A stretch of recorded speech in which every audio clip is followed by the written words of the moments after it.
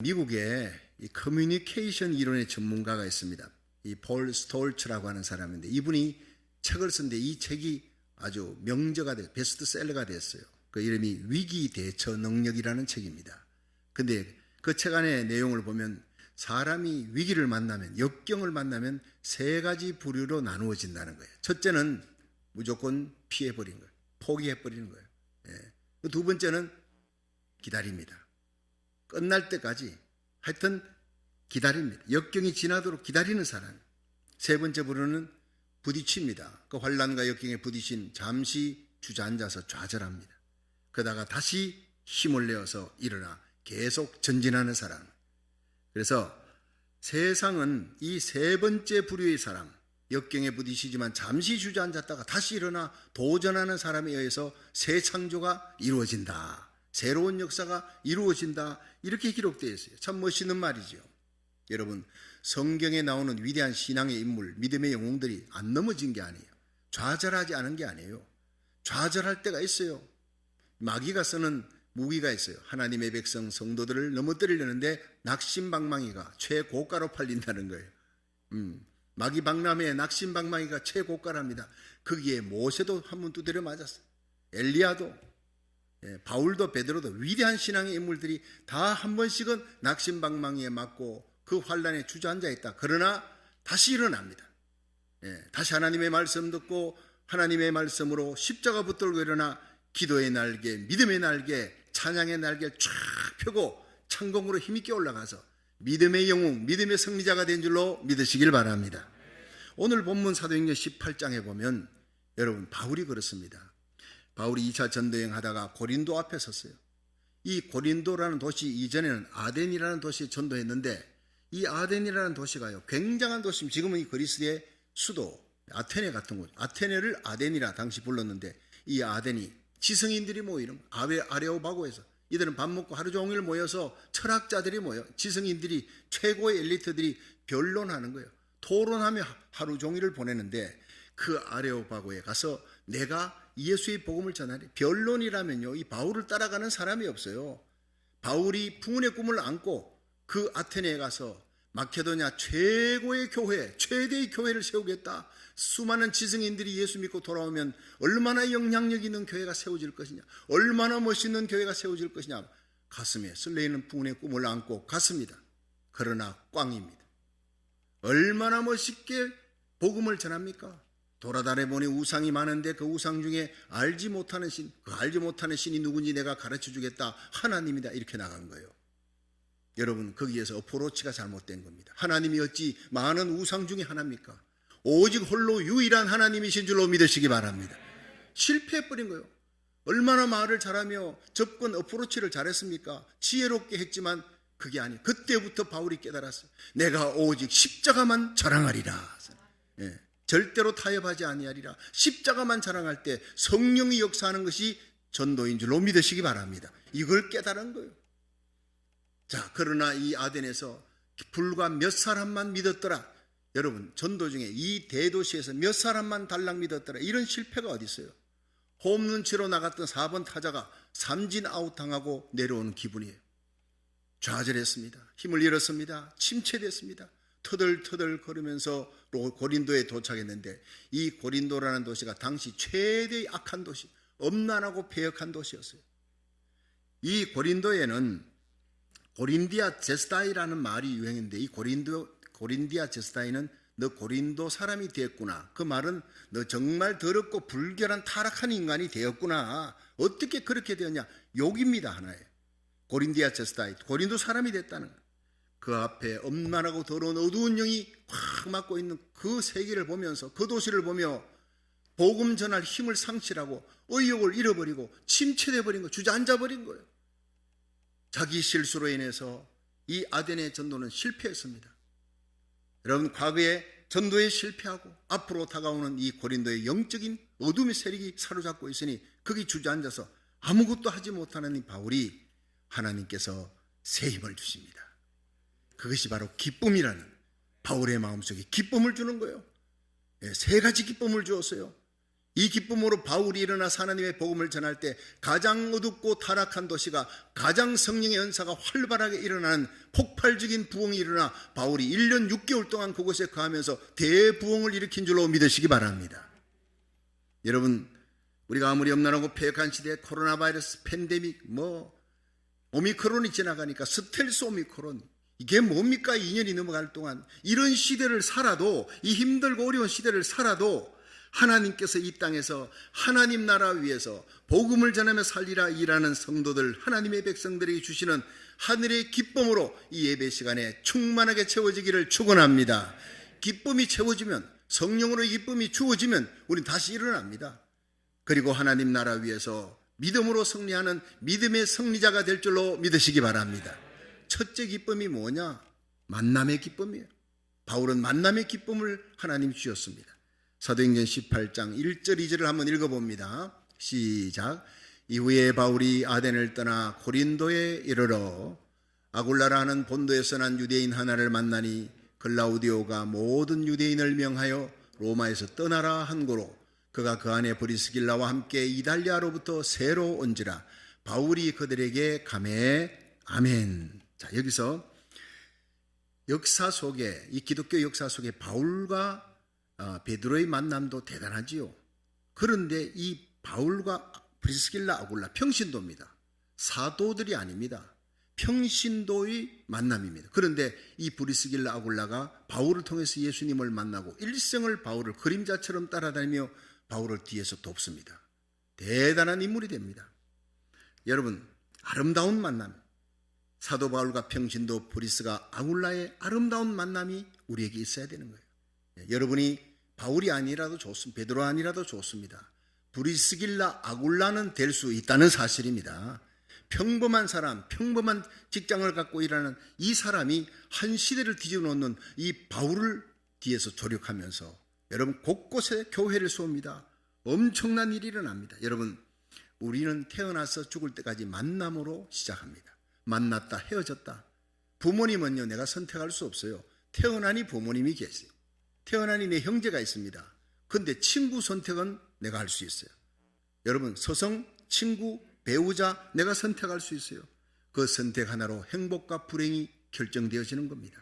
여러분, 성경 속에는 예수님을 만나서 복받은 사람들의 얘기가 사복음서에 쫙 기록되는 거예요. 예수님의 제자들이 복받았습니다. 뿐만 아니라 12회를 혈루증으로 앓는 여인이 예수님 만나서 깨끗이 고침받아. 딸이 흉악히 귀신 들렸습니다. 수로보내기 여인, 주 예수여 다윗의 자손이여 내 딸을 불쌍히 여기소서. 예수님의 침묵, 제자들의 방해, 예수님의 거절, 예수님의 개취급, 그 모든 순환을 이기는 거예요. 시험을 이기고 주여 부스러기 은혜라도 줬사옵니다.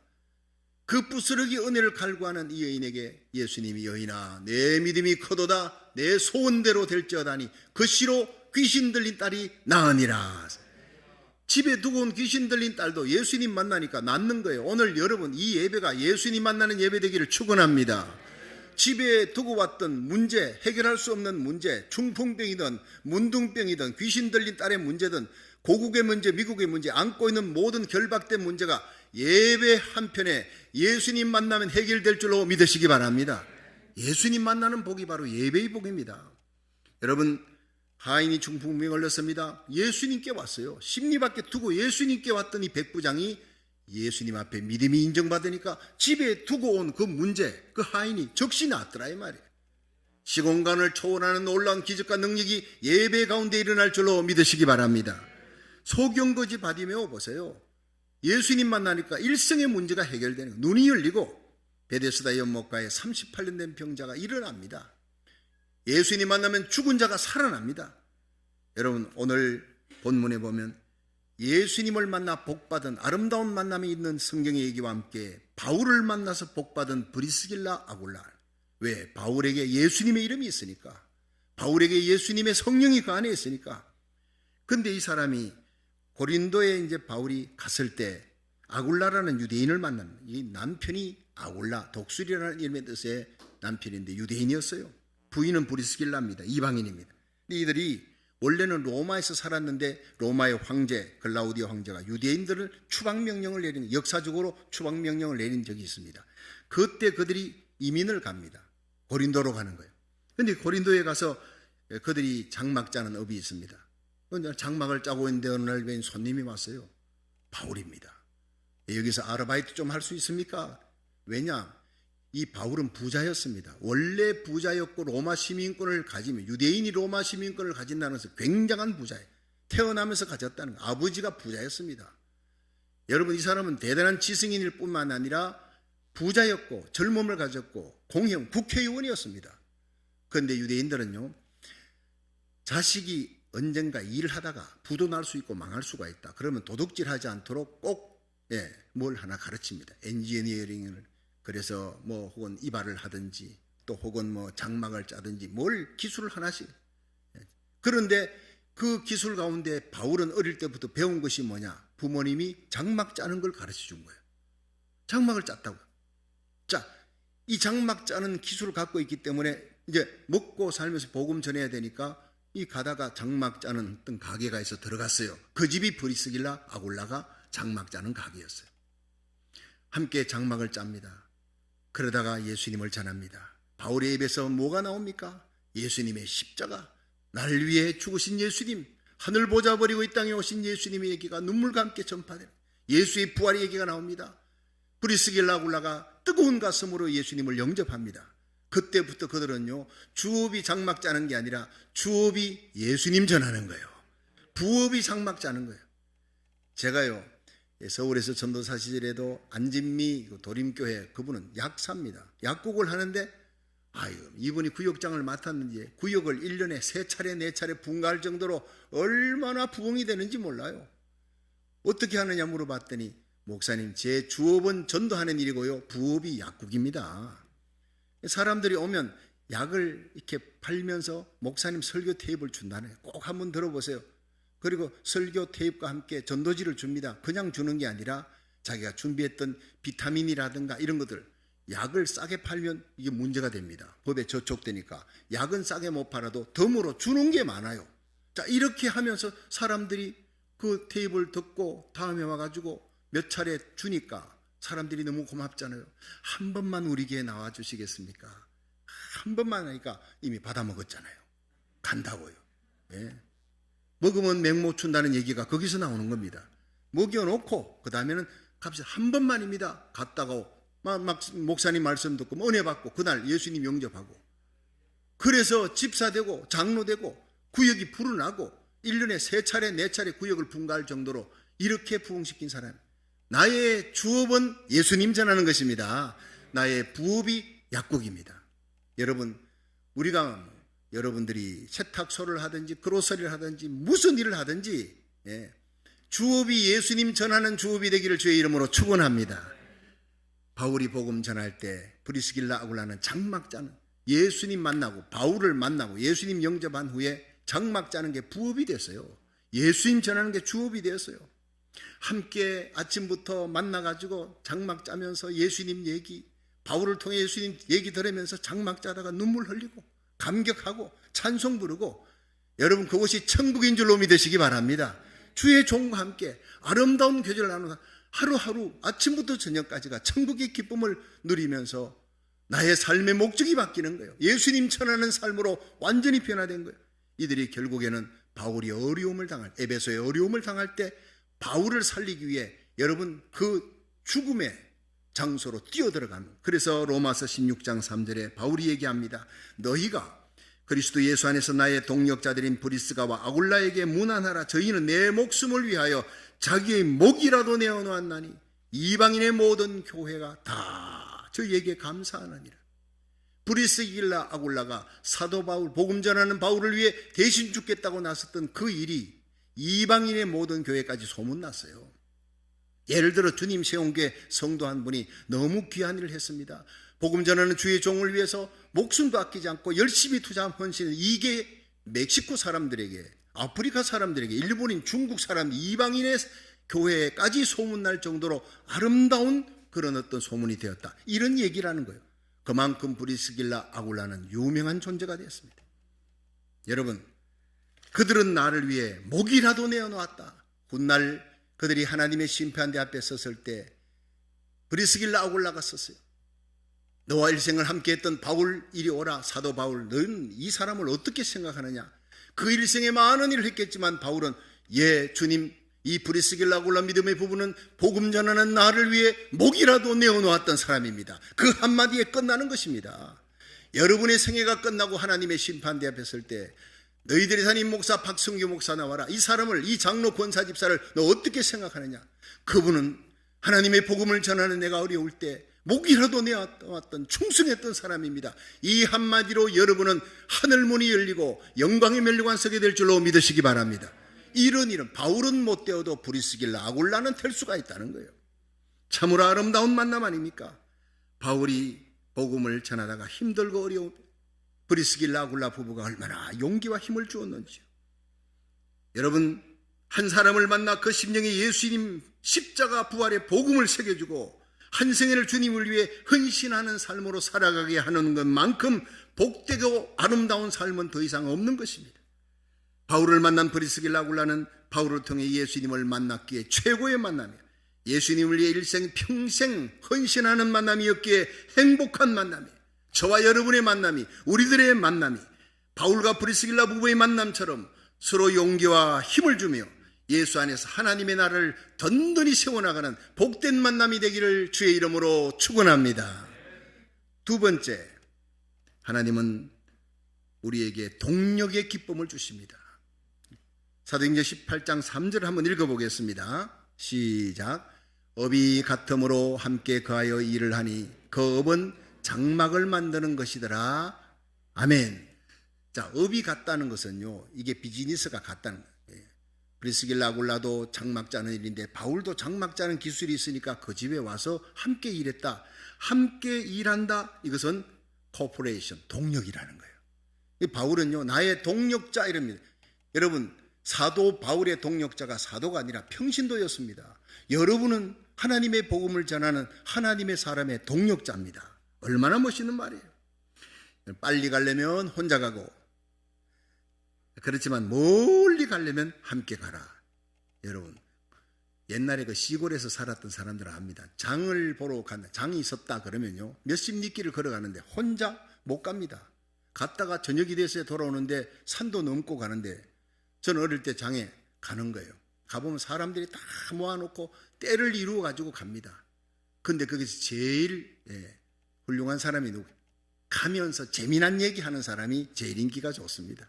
그 먼 거리를 가는데 그냥 재미난 얘기를 하면 그 사람들이 있으면 옆에 사람들이 즐거운 거예요. 제 할아버지가 있는 곳에서 안양령 강수동의 사람들을 모아가지고 경산까지 거기에 그냥 걸어서 갔다 오는데, 사람들을 때를 모아가지고 장을 보러 갔다 오는데 우리 할아버지가 그렇게 말을 잘했대요. 재미있는 만담꾼이래. 만담을. 할아버지가 있으면 사람들이 너무 즐겁대. 할아버지가 없으면요, 아유 오늘 공 쳤어, 큰일 났어, 정말 재미없는 장이 되겠구만, 이런데요. 할아버지가 참 사람들에게 용기와 힘을 주고 재밌게 만드는 사람이었다는 얘기를 제가 누차례 들었습니다.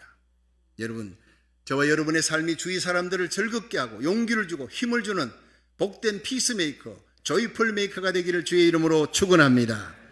그렇습니다. 함께 가는 거예요. 우리는 함께 가는 천국입니다. 이 어려운 시대를 함께 이겨내는 저와 여러분이 되시기를 축원합니다. 마가복음 2장에 보면 예수님이 가버나움에서 한 집에서 설교하는데 사람들이 막 병자들 많이 데리고 왔잖아요. 그런데 중풍병자를 메고 왔어요. 이 중풍병자를 영어에는 매니로 되어 있습니다. 남자니까 그 사람을 데리고 왔다. 사람들이 많으니까 기다리지 않고 지붕 위에 올라가서 지붕을 뚫고 내린 거예요. 예수님 계신 곳에 내리는 거예요. 자, 여러분, 이 사람들은 지혜롭습니다. 아무 지붕이나 뚫으면 안 됩니다. 지붕값 물어줘야 됩니다. 예수님이 계신 지붕을 뚫고, 여러분, 그 뚫는 게 어렵지 않습니다. 거기에 거적대기가 있어요. 거적대기를 들고 그 다음에 벽돌 드러내면 그냥 지붕이 뻥 뚫리는 게 이스라엘의 지붕입니다. 쉬운 겁니다. 그런데 그걸 뚫을 때요, 먼지가 납니다. 사람들이 위를 쳐다보면서 저 사람 절차도 모르고 질서도 모르고 무슨 저런 불안당이 다 있냐 그러고 비난했을 거예요. 다들 기다리는데 왜 지붕을 뚫고 내리냐, 예수님 설교하는데. 그러나 딱 한 분 웃고 계신 분이 있습니다. 누굽니까? 예수님이었습니다. 주께서 저희 믿음을 보시고 대개는 예수님께서 내 믿음대로 될지어다 해서 나왔습니다. 그런데 이번에는 달랐어요. 중풍병자의 무덤이 아니라 여러분, 중풍병자를 달아내리는 사람들의 믿음이에요. 중풍병자의 믿음이라 그러지 않았어요. 저희의 믿음, 물론 그 믿음 속에는 중풍병자까지 포함됐겠지만 주로 달아내리는 사람 누구겠습니까? 여러분, 중풍병자의 부인입니다. 가족입니다. 친구입니다. 가슴속에 사랑을, 불타는 사랑을 안고 예수님, 내 남편 살려주세요. 우리 아버지 살려주세요. 내 친구 살려주세요. 사랑을 담고 예수님 앞에 달아내려야 될 줄 믿으시기 바랍니다. 오늘 여러분 이 예배 가운데 주님 앞에 여러분의 문제를 달아내리세요. 어떤 문제든, 영적인 중풍병, 영적인 문둥병, 어떤 난치병이라도 예수님 앞에 달아내리면 즉시 낫게 될 줄로 믿으시기 바랍니다. 주께서 저희 믿음을 보시고 여러분, 우리들이 서로 기도하면서 사랑으로 하나 되어 우리 고국과 미국의 문제, 우리 가정의 문제, 병든 자들의 문제를 주님 앞에 달아내리면 즉시 주님이 해결해 주실 줄로 믿으시기를 바랍니다. 브리스길라 아굴라 부부가 장막 짜는 업이 같았어요. 그래서 이들이 함께 장막을 짜면서 예수님이 얘기하며 하나님의 복음을 전하며 함께 동력합니다. 특히 사도행전 18장 5절에 보니까 실라와 디모데가 마게도냐에서 내려오매 바울이 하나님 말씀에 붙잡혀 유대인들에게 예수는 그리스도라 밝히잖아요. 이게 뭐냐? 바울이 고린도에 왔습니다. 그런데 고린도 앞에서 위축돼서 복음을 전하지 못하고 그 어두운 도시를 쳐다보면서 의욕이 상실해 있는데 실라와 디모데가 여러분, 바울보다 믿음이 약한 사람, 바울보다 젊은 사람, 어린 사람. 근데 이들 왜 마게도냐에서 내려오느냐? 여러분, 마게도냐에서 바울이 빌립보를 떠나서 데살로니가 그리고 베레아, 아덴 이렇게 해서 왔잖아요. 거기에 세워진 교회가 있어요. 데살로니가에도 교회 세워지고 베레아에도 세워지고. 그런데 거기에 세워진 교회를 세팅하는데 실라와 디모데가 필요한 거예요. 바울은 전하고 핍박 때문에 급히 도망갔지만 그 교회를 세팅하고 장로를 세우고 구역장 세우고 조직화시키는데 실라와 디모데가 장시간 체류해야 돼. 제자훈련 시키는 거예요. 그거 끝나고 난 다음에 마게도냐에서 내려왔다 하는 거예요. 여러분, 바울과 실라가 디모데와 함께 만나서 열심히 기도하고 열심히 그들이 성경 공부하고 그냥 부흥 집회해서 하나님이 새 힘을 줬다 이렇게 하지 않고 있어요. 그들이 만나자 하나님께서 바울에게 담대히 하나님의 말씀을 전하며 유대인을 구굴복시킬 수 있는 능력을 주셨다. 이것이 뭡니까? 만남의 기쁨입니다. 여러분, 저와 여러분이 기도하는 가운데 서로 떨어져 있어도 한 주간 기도하는 가운데 만날 수 있기를 축원합니다. 주의 종과 성도들과 성도들의 만남은 기도하는 가운데. 저는 나라 살기를 첫 번째 새벽기도 엎드리면서 먼저 우리 교회 성도님들, 장로님과 교역자와 성도님들을 위해 기도합니다. 그리고 선교사들 주보를 펴놓고 선교사들의 이름을 불러가며 기도합니다. 중보기도 합니다. 선교지에 무슨 일이 생길지 몰라 영적인 전투가 벌어지는 우리 성도들이 열악한 환경 속에 날마다 영적인 전투하는 우리 성도들 하나님이여 믿음으로 승리하게 하여 주시옵소서. 눈물 뿌려 기도하는 제쌍의 사명. 여러분, 우리는 동력 가운데 최고의 동력이 중보기도의 동력인 줄로 믿으시기 바랍니다. 설교하는 주의 종을 위해 기도하고 주일날 만나보세요. 그 설교의 은혜 못 받을 수가 없어요. 성령의 불이 떨어지는 예배가 될 줄로 믿으시길 바랍니다. 지난 1월 15일입니다. 1월 15일 얼마 전이지요. 뉴질랜드 주위에 있는 통가섬에서 해저 화산이 폭발했습니다. 어마어마한 폭발입니다. 화산재가 1만 7천 m 상공으로 올라갔어요. 그리고 거기서 8,000km 떨어져 있는 알래스카에서 그 해저 화산의 굉음 폭발 소리를 들을 정도로 어마어마했어요. 샌프란시스코 항은 거기서 어마어마하게 떨어진, 그런데 그 항에 쓰나미가 일어나 정박한 배들이 통째로 날아가 버렸다는 얘기. 통가 해변의 마을들은 순식간에 물에 잠겨버리고 쓰나미로 잠겨버리고 폐허가 되었습니다. 이 해저 화산 폭발로 미국의 6개주를 뒤덮을 만한 검은 구름이, 화산재 검은 구름이 형성됐는데 그 위력이 히로시마에 떨어졌던 원자탄의 600배라는 거예요. 대단한 화산의 폭발입니다. 뉴질랜드, 일본, 호주, 미국 해변에서는 하루 종일 그날 1월 15일 하루 종일 쓰나미 경보가 계속 울렸다는 거예요. 그런데 통가에서 선교하시는 양철민 선교사님이 있습니다. 이분이 글을 보냈습니다. 그곳에서 20년간 선교하면서 거기가 불의 고리가 있기 때문에 지진이 많이 일어난대요. 해저 화산 폭발도 일어나고 쓰나미도 일어나고 그런 일들이 많이 일어났는데 이번만큼 큰 폭발은 처음이었다. 거기서 기상청에서 발표하기를 1000년 만에 한 번 일어날까 말까 한 재앙이 이번에 일어났다는 것입니다. 선교사가 도망칠 곳이 없어요. 쓰나미가 집채만한 수십 미터의 쓰나미가 막 몰려오는데 이 그냥 통가 전체를 뒤덮는 겁니다. 죽게 생겼습니다. 겨우 세우는 교회, 그리고 거기 하나님 앞에 성도들과 함께 기도합니다. 선교사님은 도망갈 곳이 없어 간절히 기도하는데 기도 중에 하나님의 음성이 들립니다. 이 통가에 어렵게 세워진 하나님의 교회, 주님의 교회를 쓰나미가 결코 무너뜨리지 못할 것이다. 내가 땀 흘려 희생하며 전도했던 원주민들을 전도해서 예수님의 제자 훈련시켰는데 그들이 있는 한, 그들이 기도하는 한 이 땅을 쓰나미가 덮치지 못할 것이다. 나를 위해 통가의 복음화를 위해 선교사로 가 있는 나를 위해 기도해주는 나의 기도의 동력자들이 있다. 눈물 뿌려 기도하는 그 기도의 동력자, 중보 기도의 동력자들이 있는 한 이 교회는 안전할 것이다. 확신이 들어졌다는 거예요. 그런데 놀라운 일은 이 어마어마한 정도의 위력이라면 통가 섬 전체를 다 덮어버린 거예요. 충분한 폭발입니다.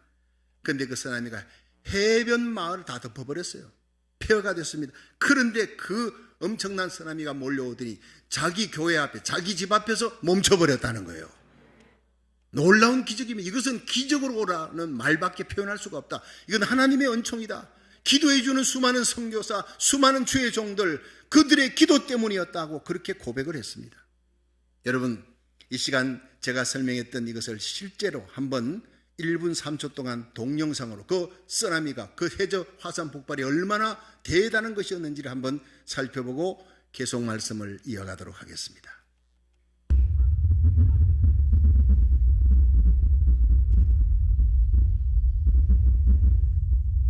조용한 바다입니다. 통가 해변입니다. 저 멀리 물결이 일면서 해저 화산이 폭발되고 있습니다. 치솟아 오르는 모습을 보게 될 겁니다.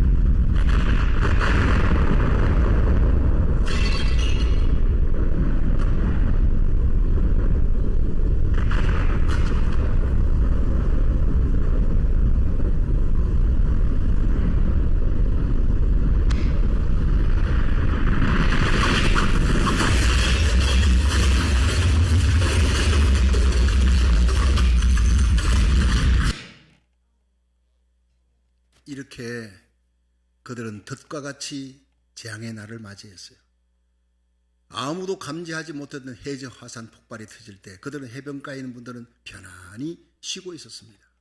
덫과 같이 그날이 들이닥칩니다. 하나님의 심판의 날을 준비해야 될 줄로 믿습니다. 우리 하나님, 두려운 하나님, 하나님 만홀히 여길 수 없어요. 전 세계를 향해서 하나님이 이 재앙, 바이러스의 재앙을 계속 퍼뜨리는 것은 회개하라는 거예요. 회개하고 돌아오라는 거예요. 여러분, 지금이 은혜 받을 때요, 지금이 구원의 날인 줄로 믿으시기 바랍니다. 지금의 은혜의 날이 지나면 심판의 날이 옵니다. 이토록 무서운 심판, 들이닥치는 자연재해 앞에 아무도 꼼짝할 수가 없어요. 그냥 통가섬 전체를 완전히 덮을 수 있고 없애버릴 수 있는 그런 쓰나미입니다. 그런데 해변만 덮어버리고 기도하는, 중보기도 있는 주의 종들이 있는 기도하는 이 통가섬의 선교사님의 교회는요, 그 교회 앞에서 멈추었더라는, 정말 눈물 날 정도로 놀라운 일입니다. 믿음으로 기도할 때 오늘도 기적이 일어날 줄로 믿으시기 바랍니다. 모든 재앙으로부터 여러분을 지키고 악한 바이러스부터 하나님 앞에 예배드리면, 새벽 기도하면, 나라 살리기를 천번제하고 목숨 걸고 기도하면 여러분과 여러분에게 속한 자들 하나님의 교회를 지켜줄 줄로 믿으시기 바랍니다. 시편 46편 1절부터 보면 하나님은 우리의 피난처요 힘이시니 환난 중에 만날 큰 도움이시라. 그러므로 땅이 변하든지 산이 흔들려 바다 가운데 빠지든지 바닷물이 흉룡하고 뛰놀든지 그것이 넘침으로 산이 요동할지라도 우리는 두려워 아니하리로다. 여러분, 수천 년 전에 시편에 어떻게 이런 통과 섬에 일어났던 쓰나미 같은 일들 똑같은 얘기를 써놨습니까? 바닷물이 흉흉하고 뛰놉니다. 그것이 넘침으로 산이 요동합니다. 이것이 바로 쓰나미입니다. 대형 쓰나미입니다. 그래도 우리는 두려워 아니하리라. 하나님이 우리를 지켜줄 줄로 믿습니다. 그 다윗의 고백입니다. 여러분, 시편 91편을 날마다 암송하십시오.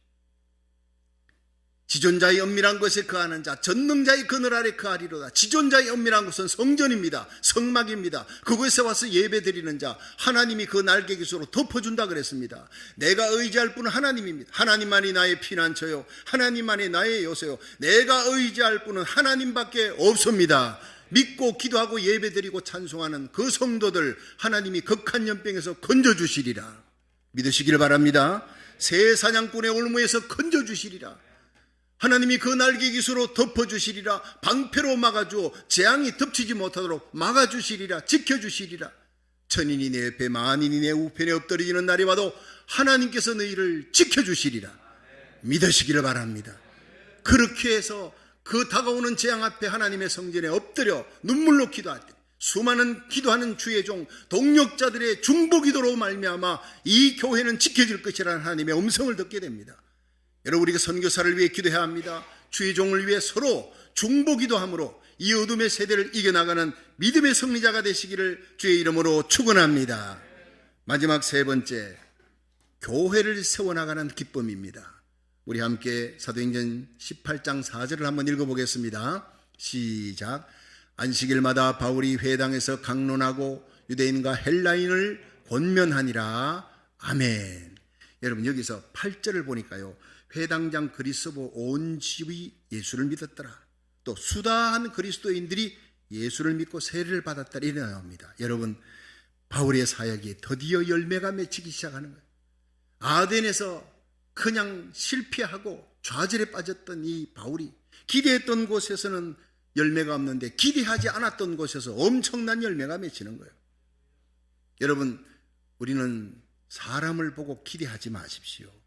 저 사람이 대단한 사람, 교회를 부흥시킨 사람 같지만 아닐 수도 있고, 그건 아덴일 수도 있고, 고린도 같이 아이고 저 사람 참 형편없다 싶어도 하나님의 성령의 역사로 새롭게 해서 엄청난 부흥의 역사를 일으키는 부흥의 불씨가 될 수도 있다는 사실이에요. 바울이 그걸 간과한 겁니다. 침체했던 바울, 의욕이 상실했던 바울이 하나님 주시는 기쁨이 있습니다. 만남의 기쁨이 있습니다. 브리스길라 아굴라를 거기서 만납니다. 일생의 바울의 큰 힘이 되는 사람입니다. 여러분, 기도의 동력자들이 있습니다. 그리고 드디어 안식일마다 바울이 회당에 가서 고린도 회당에서 복음을 전하니까 회당장이 예수를 믿어요. 유대인인데 온 집이 다 예수 믿었어요. 허다한 고린도 사람이, 허다하는 몇백 명 정도가 아닙니다. 수천 명의 사람이 몰려와서 믿고 세례받고 성령의 은사가 부어지는 거예요. 타락한 어둠의 도시 고린도의 교회가 세워지고 부흥이 일어나기 시작했습니다. 저는 이 어둠의 때에 하나님은 지금도 믿음의 사람을 통해 아름다운 만남을 통해 부흥을 주실 줄로 믿으시길 바랍니다. 지금 사실요, 미국에 50개 주의 한인교회가 4,300개, 그건 옛날 이야기라는 거예요. 지금 2,800개입니다.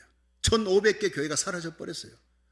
한국에 15,000 교회가 사라졌다고 합니다. 한국에는 코로나 바이러스 이때 끝나고 난 다음에 다시 교회를 열었는데 15,000 교회가 사라져 버렸어요. 교회가 현재 있는 교인들만 잘 관리해도 그것은 부흥이다. 이것을 얘기하고 있는 이 시대입니다. 그러나 하나님의 능력과 권능을 제한하지 마십시오. 고린도 같은 곳에서도 하나님이 부흥을 일으킵니다.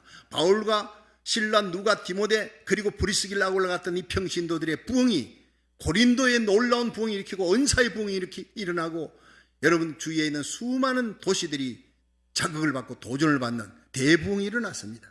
이런 부흥이 여러분 이 시대에 우리 교회, 이 온라인 예배에 참여하는 거룩한 교회, 나라 살리길 천번째 참여하는 모든 교회 이 부흥이 일어나기를 주의 이름으로 축원합니다.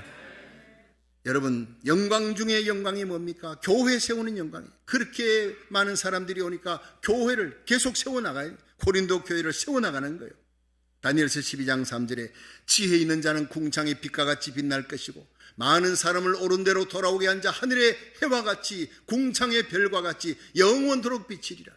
우리 일생 지나고 난 다음에 남는 것은 여러분, 잃어버린 생명을 예수 믿게 하고 예수님 품으로 돌아오게 한 것, 생명 살리는 것과 교회 세우는 것, 이 두 가지만 영원히 남게 될 줄로 믿으시기 바랍니다.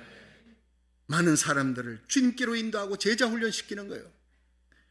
세문안 교회는 한국에서 제일 오래된 교회, 제일 먼저 세워진 교회입니다. 그 교회를 세운 분이 언더우드 선교사예요. 이 언더우드 선교사가 연세대학교까지 창설합니다. 그 언더우드 선교사의 아들 원한경 씨, 또 손자 원일한 씨가 대를 이어 아버지, 할아버지의 대를 이어 연세대학교 교수가 되고 교회 장로님이 돼요.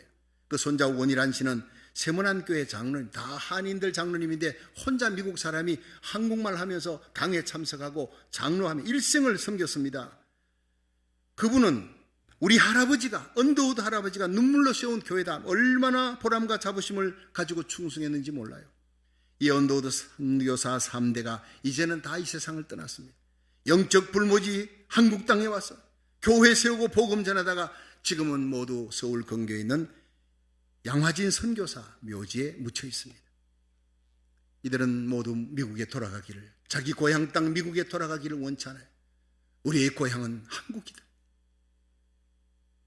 내 고향은 내가 피 뿌려 하나님의 교회를 세웠던 눈물과 땀이 흘려있는 이 한국이 나의 고향이다. 나를 여기에 묻어달라.